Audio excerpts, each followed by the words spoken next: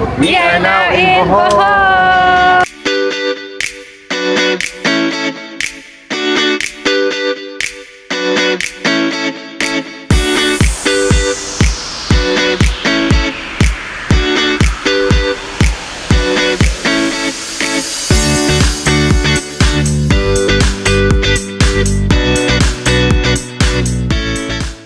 We're headed to the airport for Zia's first flight.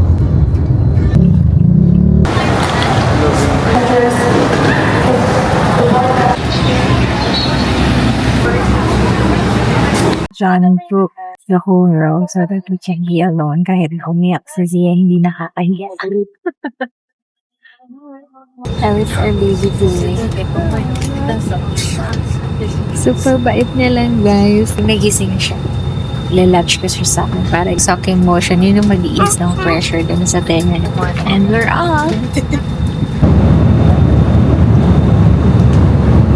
She did not cry. Very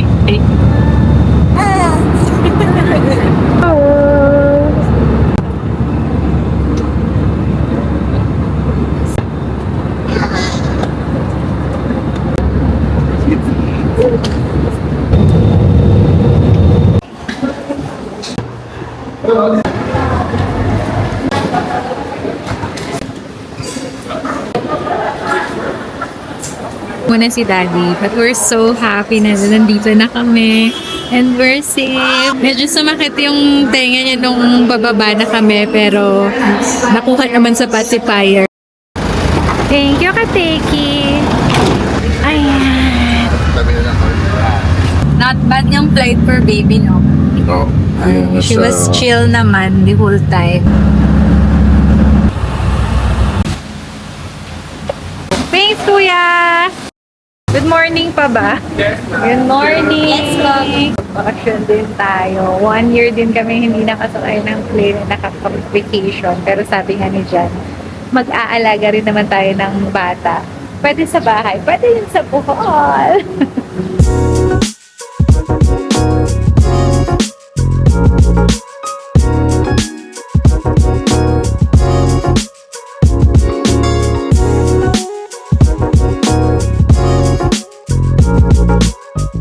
Going to the restaurant muna, guys, kasi we came here early for check-in. Oh, look at the food!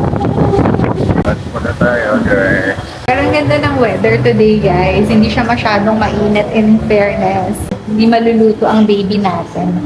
Medyo confusing siya sometimes because of the location. We also have a strip mall on the side. This is the restaurant. May sarili kaming tour guide ng hotel. Nilalakad niya kami around. So we will know where to go tomorrow. And look at the restaurant view. Definitely worth it.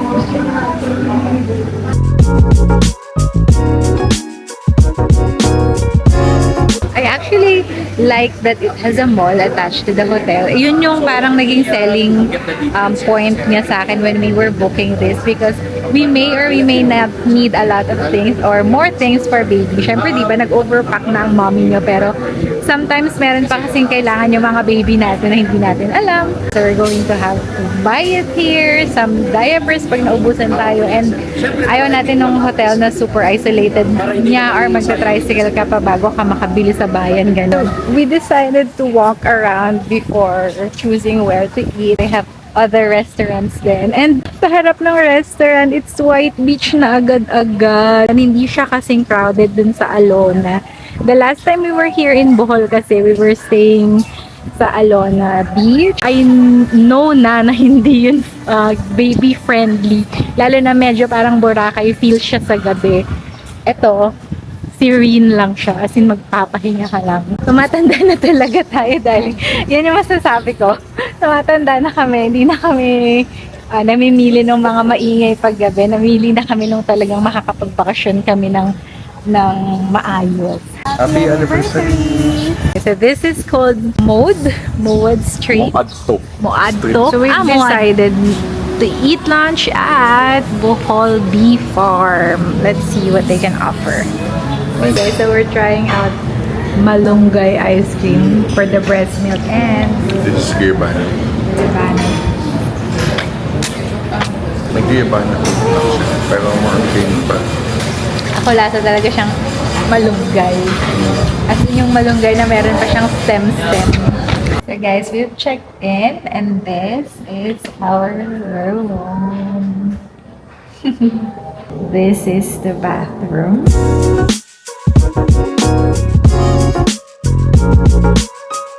So another thing that convinced us to book this hotel is because of the tub. We wanted to have a tub kung saan makakaligo si Baby Z or makapag-swimming kasi 3 months old na siya today but we still don't want to expose her pa to elements lalo na medyo maulan ngayon and baka medyo harsh pa sa skin niya yung salt water. So we want her to enjoy but not compromise on her health kaya she's gonna be swimming in the tub. Our things are here now. We shopped a little bit sa 7-Eleven for chips kasi we're planning to stay here for a while to do business planning before anything else. And I love that we have a full-size mirror in here. Hello! We chose a room with 2 beds kasi yung king-size bed hindi kami kasha. But they're very nice. They actually put up a crib for free kasi nakita nila na meron kaming kasamang infant and that is very thoughtful of them. This is the most exciting part.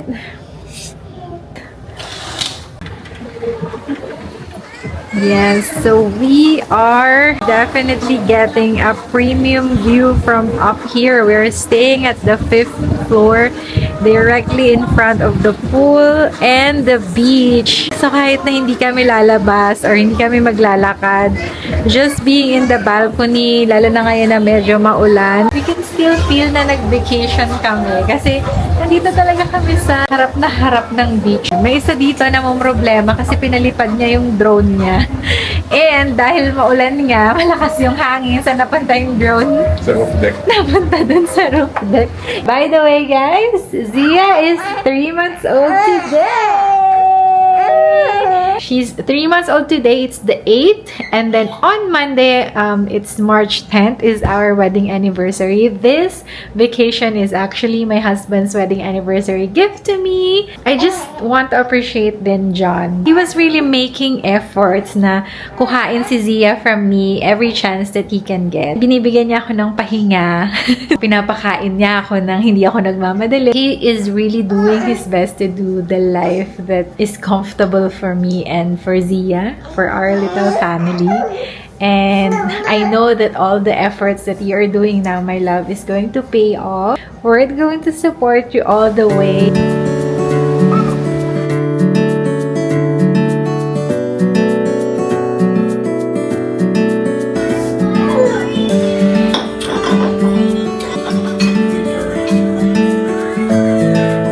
It's beach day today. Second tingin ko. Sarap ng tulog namin, guys. Pero sila pala yung masarap ng tulog. Ako kasi may inedit akong video until 2 a.m. Pero still, hindi ako kailangan bumangon ng maaga. Kaya I feel well rested pa din. And ang ganda-ganda lang na ito yung babangudan mo sa umaga. Mag-aalaga pa rin naman tayo ng baby. Pero iba pa rin yung nag-alaga ka sa bahay and nag-alaga Say ka sa hi, Sia. Modala Resort. Hi guys! Hi guys! Pwede tayo doon. Ang saya kasi walang tao. Mas pinili din ni hubby na magbohol na lang kasi same feeling pero mas restful yung vibe.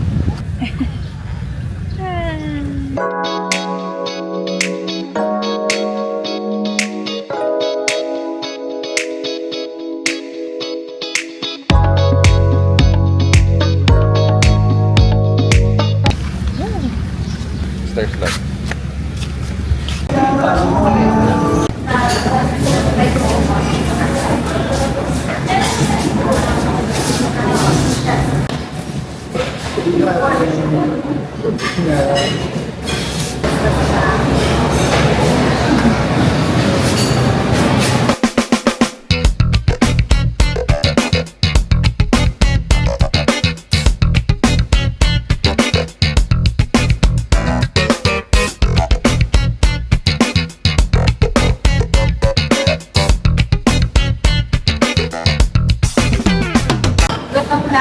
mommies yan. Mommy duties muna tayo, guys. Si Jan muna yung kumuha ng food namin kasi nakatulog na si Bill. Okay, we're going to eat muna.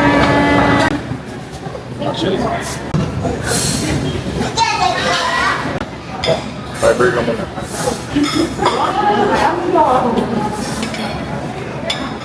My husband pala, guys, is my nutritionist. He is in charge of everything I put in my mouth.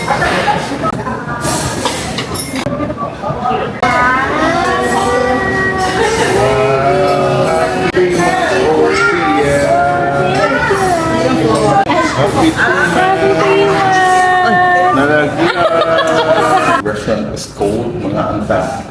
Sabihin, kain tayo. Manganta yun. Mga anta yun. Eh, Kenny, kusting ka. Anong ka? Sasabi ka ni sasabi. Eh, tama nga. Kanta na, mahanap na ako.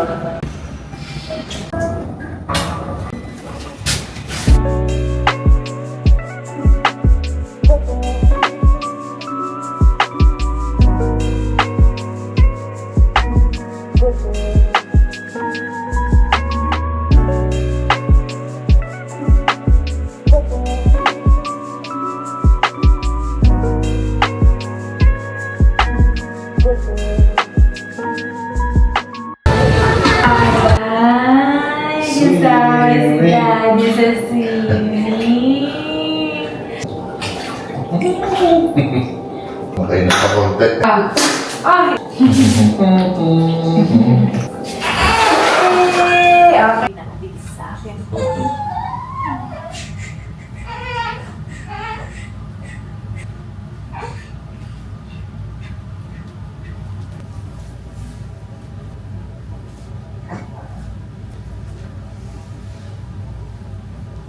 Good morning, guys! It's our third day and Modala is offering a free photo shoot. Good morning, baby.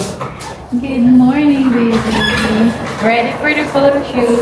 Sexy naman ni Minus the chan. So, nakakatuwa, guys, kasi we really are enjoying our stay so far.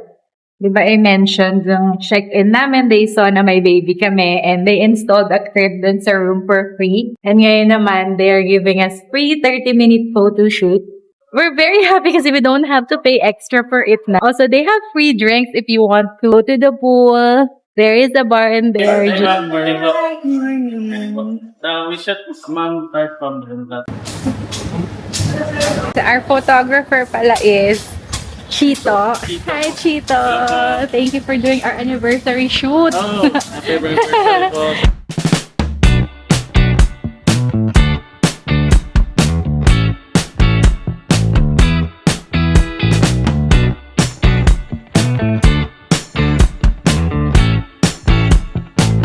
Hindi nakikisama yung anak ko kasi mainit.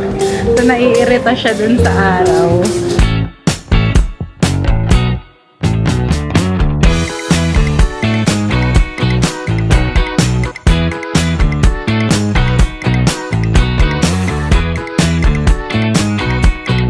Antok na. Nagigising mo lang, be.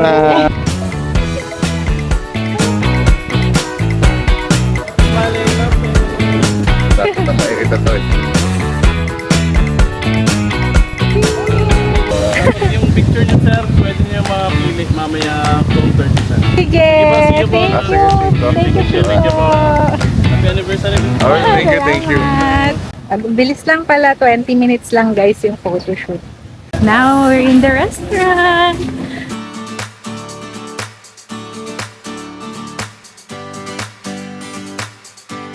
This is our anniversary breakfast. Yeah.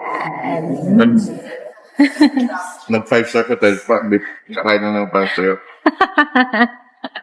At least, and our baby, as usual, is sleeping here. Tulog lang siya para makakain si Mami. Bait-bait ng baby. Sarap ng breakfast nila. Parang magigising ka sa umaga na excited ka talaga magising kasi gusto mo nang kumain.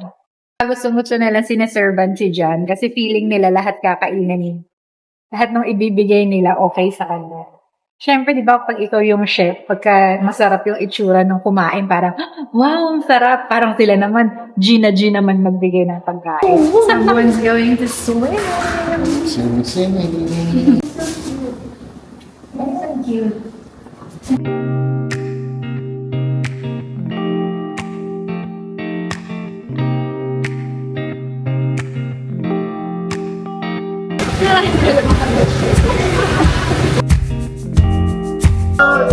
Anything else for her?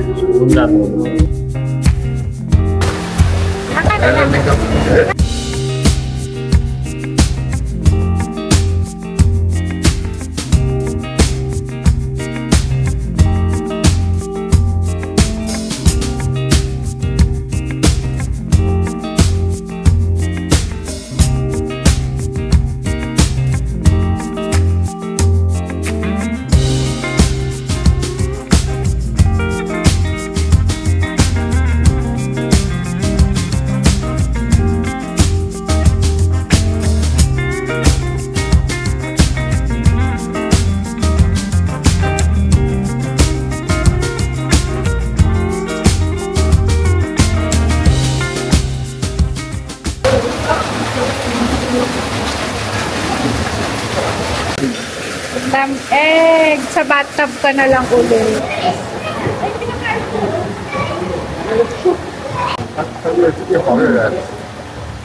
So, done na kaming mag-swimming and they called us na when we were showering dun sa room na available na daw for viewing yung mga official photos namin for our anniversary.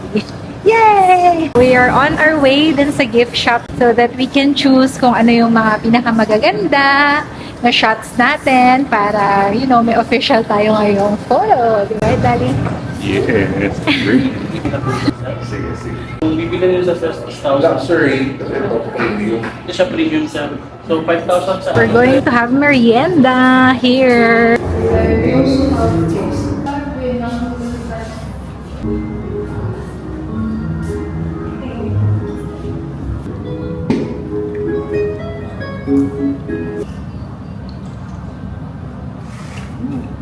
Kasi kamali yata ako ng order kasi hindi ko masarap yung ice cream nila. Hindi mo lang ma-appreciate kasi mapait. Oh, may Zumba.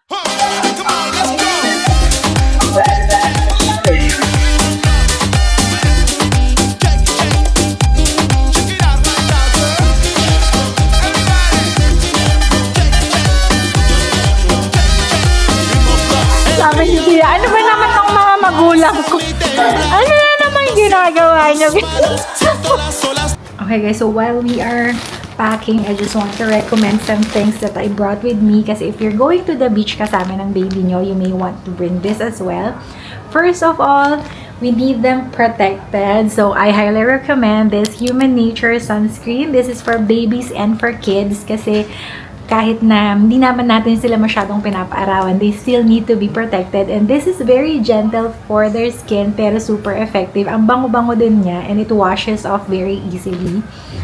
Next is the Huggies Little Simmers diapers. If you want your baby to swim in a public pool or kahit sa bathtub and they're enjoying themselves pero baka kailangan nila mag-poop or mag-wiwi, ayaw nating lumulutang-lutang yung poop doon, diba? These are the best diapers if you will bring your babies to any bodies of water.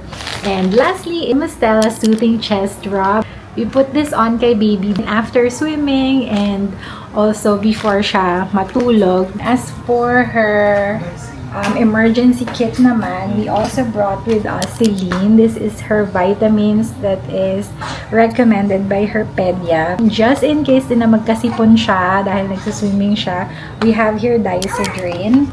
And kung namanlag natin siya, we have paracetamol or biogesic drops for if when she gets fever. This is the one for babies.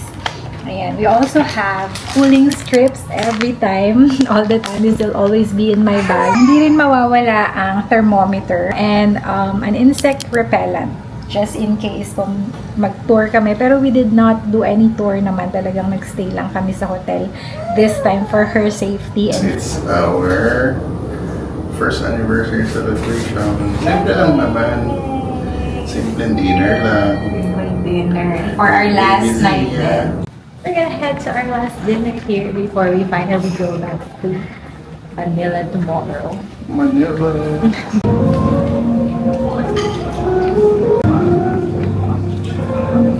Straight na po ito sa second door po.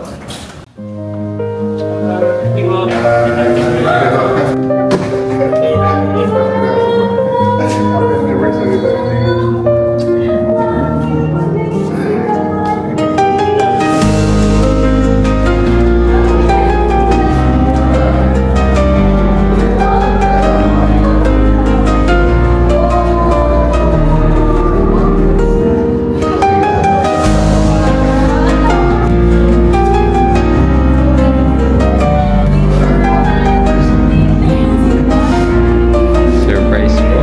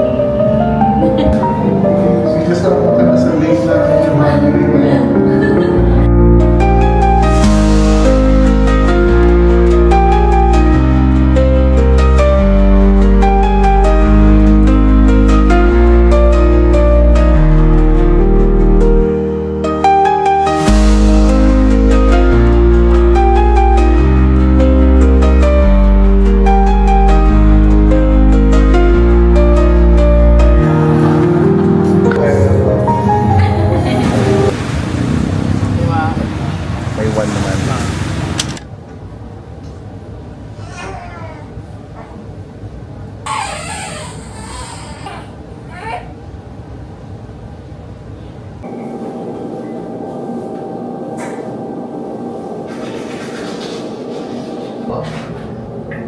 Good morning, guys! It's our last day in Bohol. Ay, may nag-change na diaper.